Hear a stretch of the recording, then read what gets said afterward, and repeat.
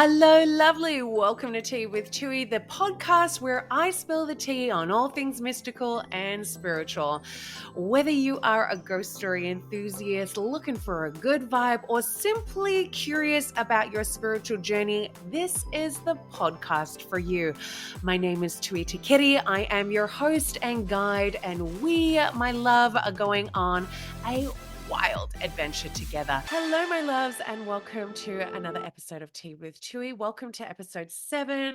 I want to start with a few warnings and maybe some tips before we dive into this podcast episode. Number one, if you haven't listened to the last episode, I definitely recommend checking out episode 6. Secondly, I don't know where your spook meter is, so I am going to invite you to use your own discernment here. This is a spooky, spooky, spooky story. When I have shared this in the past with my Instagram audience, I had a lot of people tell me that they couldn't even listen but halfway through the story. They had to turn on all the lights. If it's nighttime right now, I invite you to listen to this during the day. I invite you to put on your headphones. This is not a story for the little ones. So if you're listening to this in the car or on your way to work, this might not be child appropriate. Look, I also want to make sure that you're taking care of. For those who might be really spooked out, I want you to know that inclusive with this episode, I'm going to release a bonus episode. It's basically going to be a guided meditation where you can cleanse and protect your energy. If you would like to hit pause and go do that now, you are more than welcome to.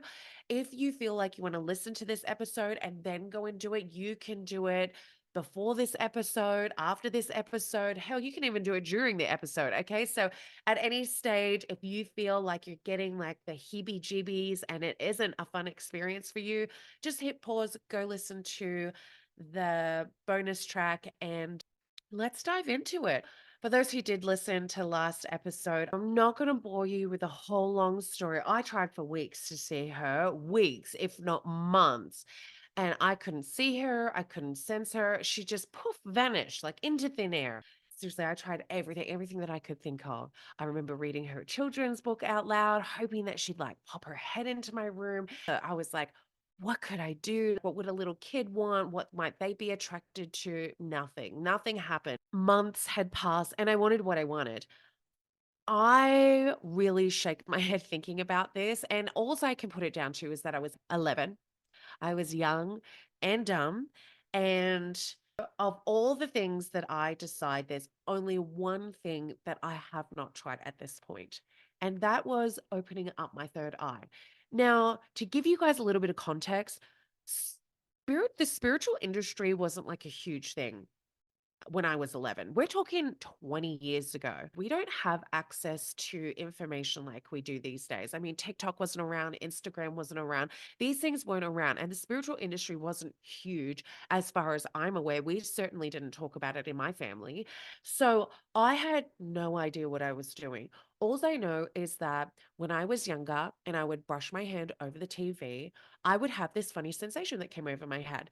When that funny sensation came over my head, I would see things that I knew were not of this earth, or I knew were kind of like to a different dimension, so to speak.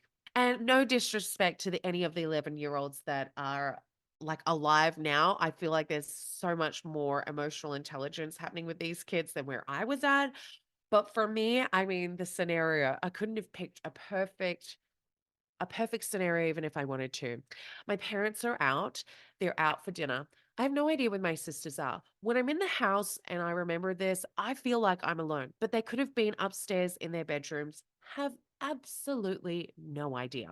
I decide to do this when it's dark and stormy outside. And the house was not completely finished. So we had temporary metal blinds. So when the thunderstorm and the lightning was going off outside, you just see like these lines across this dark room. For whatever reason, I thought it was a bright idea to do this in the dark with no lights on. I At this stage, we have a completely different TV. Our TV has a projector inside it. It was the big thing back then. And so there's no static electricity. So I can't do what I normally do. So I thought, you know what? I'll put on the radio and I'll just see what comes up and I'll see maybe there's music that's going to get me there. I put on the radio, I go sit on the couch and nothing happens. I'm trying to zone out. I'm trying to remember what I did when I was younger. Nothing. So I decided to turn the radio off. I sit down at the couch and I just decide to just sit in silence. I know that I can do this. I know that I can do this. I just have to remember how. And so I'm sitting there and I decide to just listen to the rumbling of the thunder, the lightning, and all that nature has to offer. I'm listening to the rain, and it's really putting me in this peaceful state. I lean back into the chair and I gently close my eyes. I just decide to stretch my hearing to see how far I could hear the rain, the thunder, the lightning. And as I'm doing that, and I'm just focused in the moment, I can feel a little weight, a little heaviness starting to appear in the middle of my eyebrows.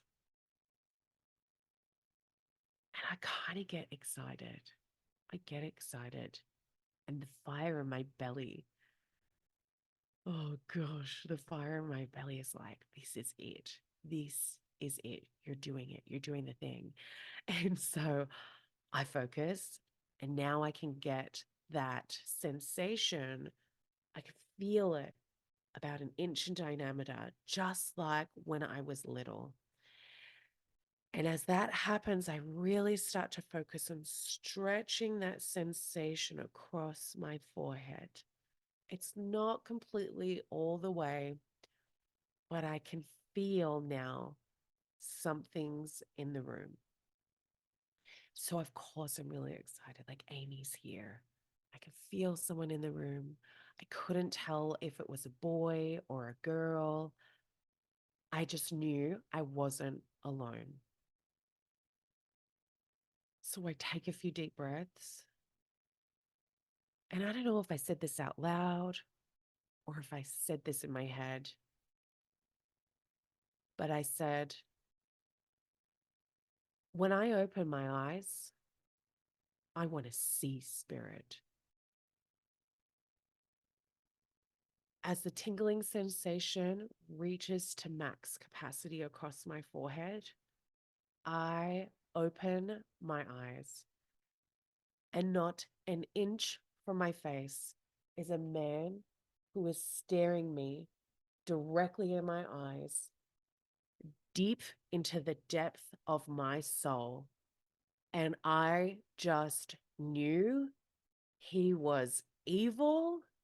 And I just opened up a can of fucking worms that I wasn't ready for.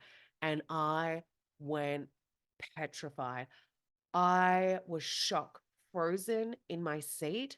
I wanted to scream. I couldn't scream. He giggled and laughed at me, almost as if to say, "You wanted to see it? Well, here I am."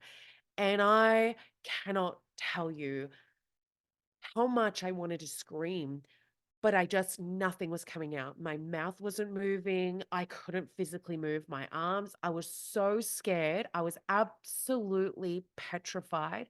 And this man was leaning over me with a top hat, a black suit, his hands behind his back, almost as if he was waiting and just looking at me, just curiously. And I just remember screaming on the inside. I remember feeling like I'm calling out for my mom. I don't know why I called out for my mom, but I just thought if she could just hear me screaming, even if it's from the other side. I tried, I don't even know how I knew to do this. I it wasn't successful, but I had this feeling that I needed to scream and call out for her energy. And as I'm calling out for her energy, I feel like I'm moving down streets and trying to find her, trying to find this restaurant in my mind of where she is. And I think to myself, if she could just have a gut instinct to call home, to come home for whatever reason, just get home, I would be safe.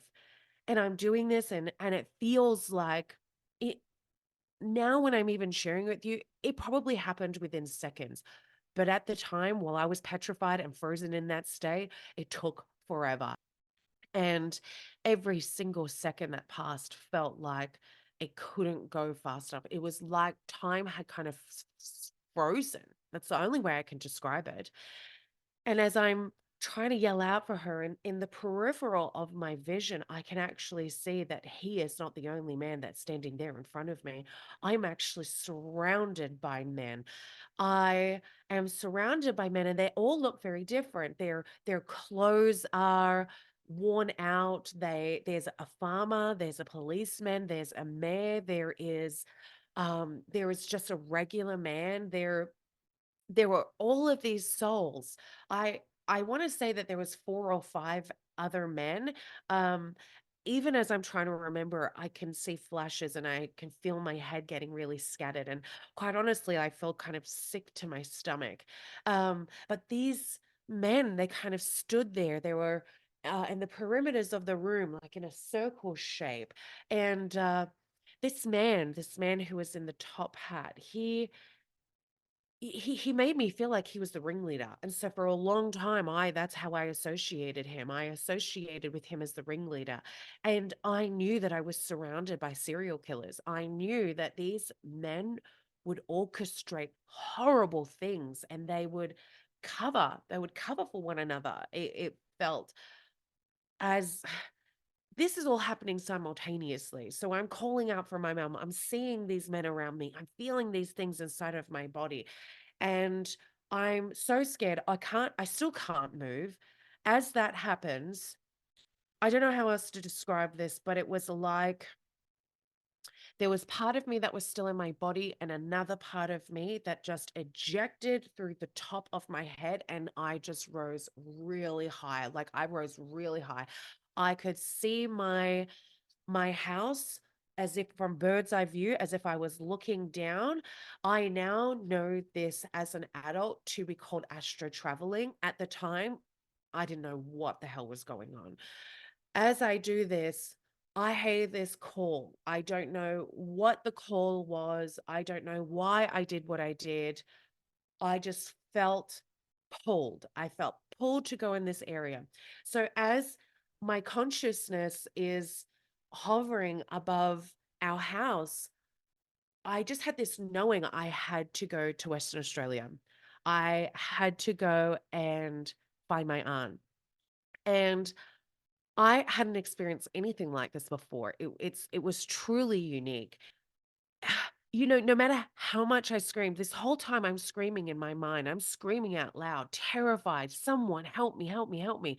Nothing. Simultaneously, while this is happening, and I am seeing this vision of me passing the streets, passing houses, passing cities, going into dark spaces as if I'm hovering past mountains, past deserts. I'm seeing random cars below me. I'm V-lining towards Karatha. As I am doing that, I'm hearing these men laugh at me. They're getting closer to me in the room. The male who is an inch from my face stands up and just starts laughing, and he's watching me, almost mocking me, almost in a way that there's nothing I can do. They're going to do what they want with me. And as I'm doing this, I'm still calling out for help. I am at the T intersection that I'm so familiar with as a child. My auntie had moved by the time that we had um, come to our house. She had moved by this stage, so I didn't even know where she was. But here my energy goes. I feel this pull to turn right, and I had this knowing. I just have this knowing. I know exactly where she is. So I turn right, I head down this long road that feels like it's going forever because these murderers are stepping closer into me. And I am frantically trying to find her.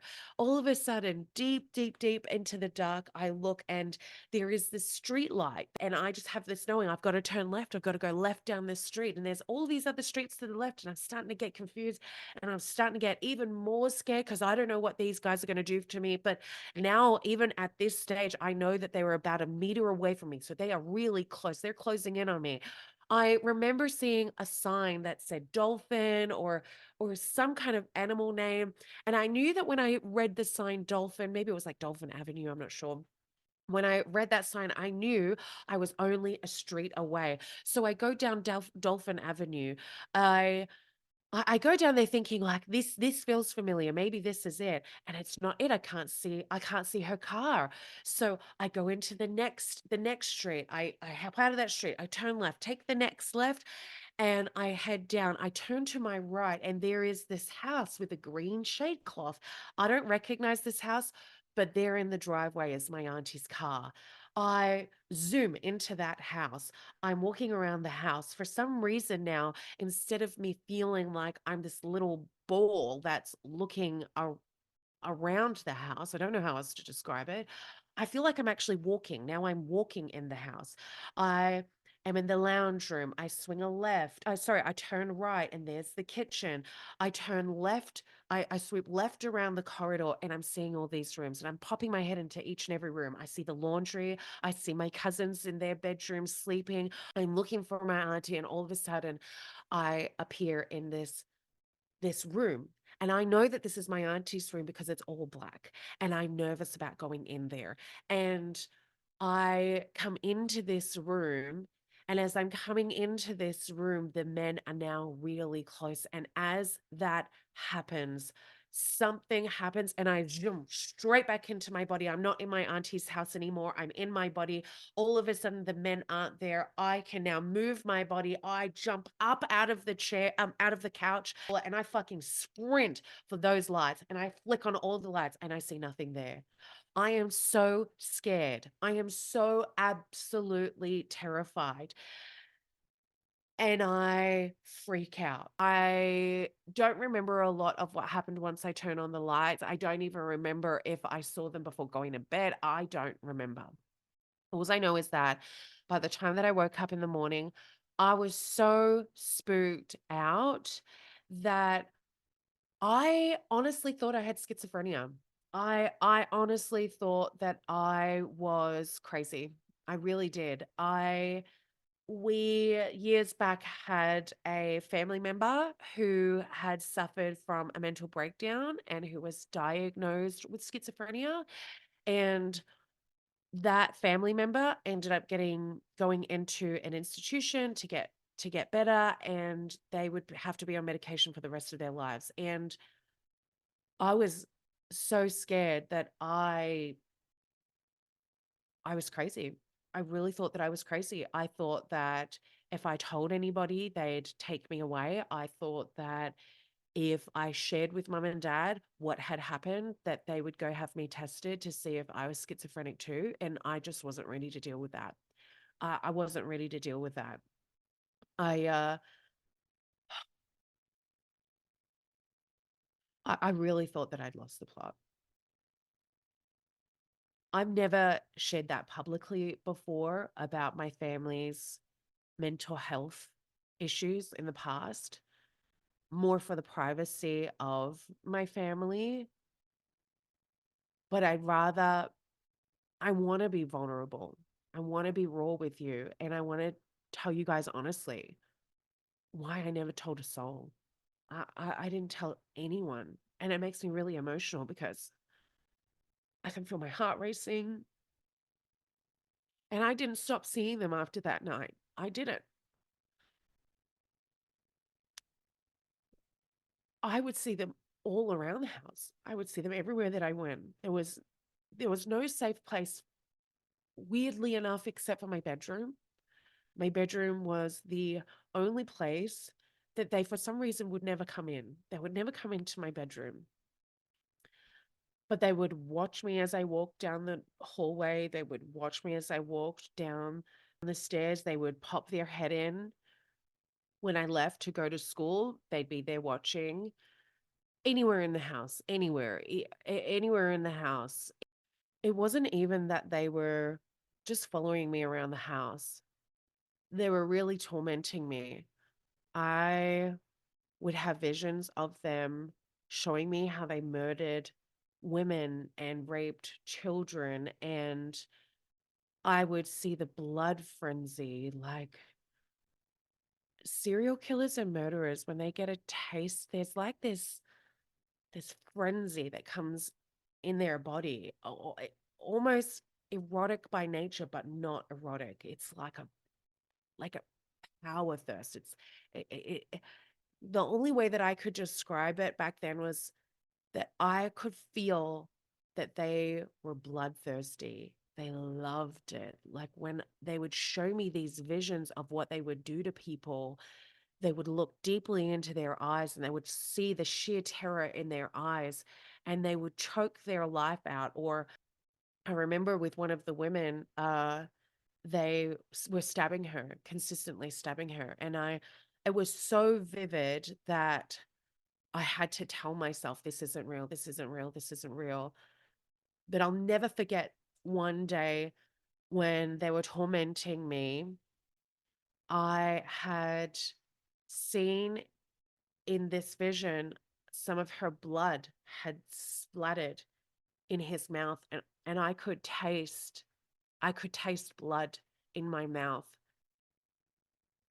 And I remember him licking, like loving the blood, like licking the blood. It felt powerful to him. It felt godlike. I don't know how else to describe it, but that's how it felt when I was seeing these visions. And it was like he was showing me like how incredible it was and how they just couldn't get enough.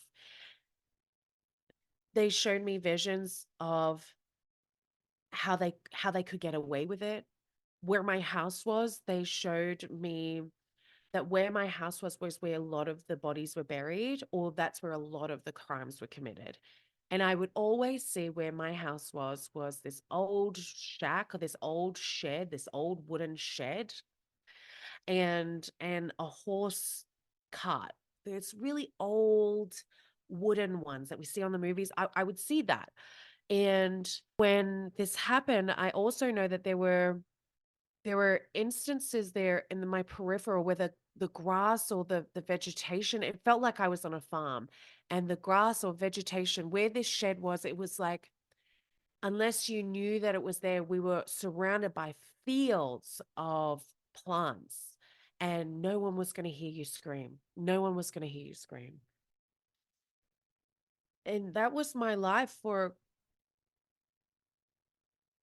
months, months and months and months and months, months. I was convinced that I had schizophrenia. I School would be a bit of a safe haven for me because for some reason they'd only stay on the property. And so when we'd walk to school, I felt like I could breathe again. It took a few months for me to open up to my friends about it. They were the ones who I had spoken to about it, but not before I got this phone call. So I returned home from school one day, and me and my little sister were at home. Don't know where my older sister is. I can't see her in my memory.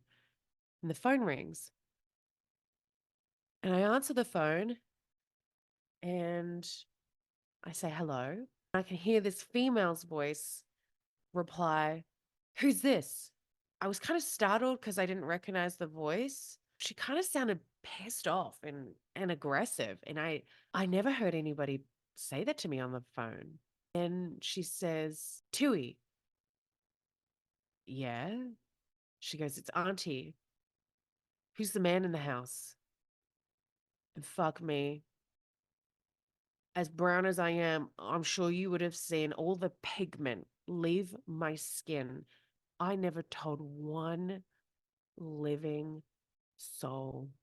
And I said, "There's no man here, Auntie." Pissed off, she said, "Yes, there is. There's a man there. You were in my house, and I've been trying to get in touch with you fellas for months now, and no one's been answering the phone." It was, even now, I remember like this pit falling in my gut, like my stomach, because I never told one living soul. And if she's saying this to me, that meant that it was all true. And I wasn't ready to hear that. I wasn't ready to hear that. So she said, "Where's little Annie?" And I replied, "She's in her room." And I'm dying in the inside because when the top hat man, when the ringleader wasn't tormenting me, I actually saw him hovering over my sister's shoulders a lot. And I don't think my sister had any experiences like this. But at the time of this call, literally not one living soul knew what was going on, except apparently my auntie. I was tormented by these people for over a year. And my parents eventually found out. And when they did, oh, it was like hell on earth.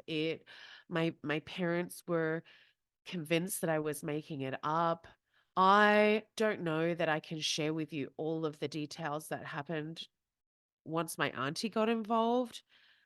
But what I can say is that she did the very best that she knew how to support me in a way that even to this day, professionally, I have never come across anything as intense as this ever in my whole career.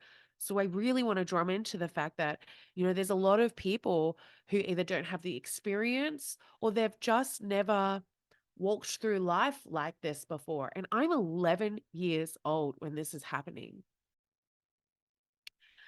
So my mom and her sister ended up getting into this huge fight.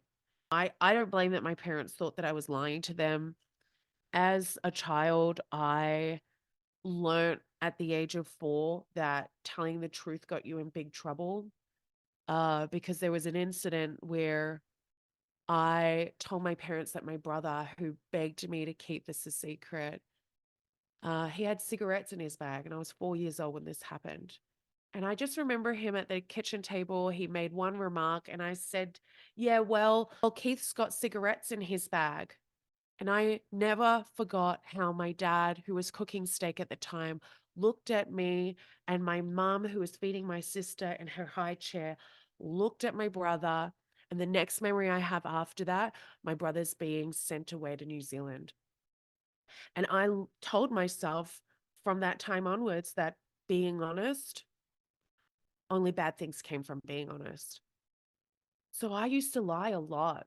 I used to lie a lot. This was one of those hard lessons that I had to go through in life about the boy who cried wolf, because that was me.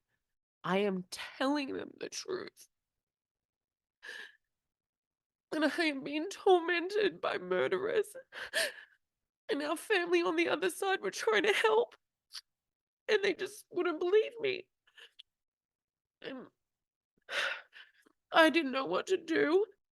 I remember getting a phone call from my dad one day because he worked away a lot. And he said to me, "You need to stop lying. You got to stop lying about all of this." Anyways, things ended up blowing up at home. My mom thought my parents thought that my auntie was in my ear, that she was feeding me all of these lies, and my mom was screaming at my auntie, and it basically put this whole huge rip in the family. And it's only been in the recent, I want to say this year, has been the first time that we have all even been in the same room and we reconnected in New Zealand. And there was so much healing that happened from that space that was really beautiful. But that was 2 decades later, right? That's how long this has been. I couldn't talk to my parents about it. My auntie stopped calling. She told me off because she said I didn't do exactly as she said, and that's why everything went down the way that it went down. So I just shut down. I just shut down. There was nothing I could say that would convince my parents I was telling the truth. And so I just sank. I stayed in the room as often as I could. School was my only safe haven, and it was the only place that I could talk about what I was going through. And God, I thank God for my best friend's mom, my best friend's parents. Lulu, you are an angel. I love you so much.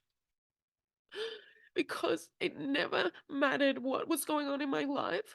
I knew that their house was always open for me. I knew that no matter what I needed, her parents would be there for me. And I got to tell you, sometimes it only takes for one person to believe in you, and it can just change your whole life. And Lulu, she was my angel. I can't even really remember her giving me advice. She would just ask me what was going on.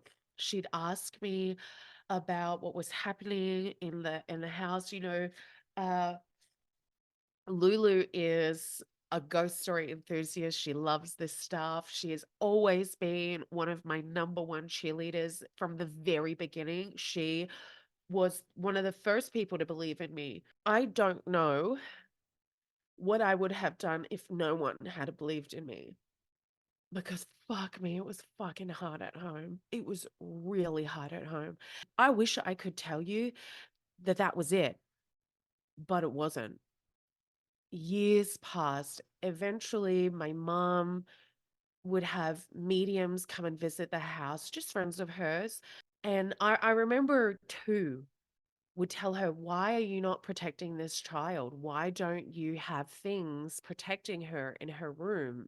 And at that time, I had a different ghost around me, but I was really too scared to say anything out loud after the drama that tore apart our whole family. And I wasn't willing to bring up anything ghost related again. But that ghost, well, that ghost was my twin flame. And I'm going to share a lot more about that in next week's episode. Thank you for listening. If you need to, please feel free to listen to the bonus episode. I just want you to know from the depth of my heart, it means the world to me that you are here with me, that you are listening to my story, and I hope that this helps somebody. I have been very, very, very blessed in my life to do this now professionally, and I will go to the depth of the earth for my clients, and I will bring them back into light. And you wait till you hear next episode, because then you're going to understand why. Thanks for listening, my loves.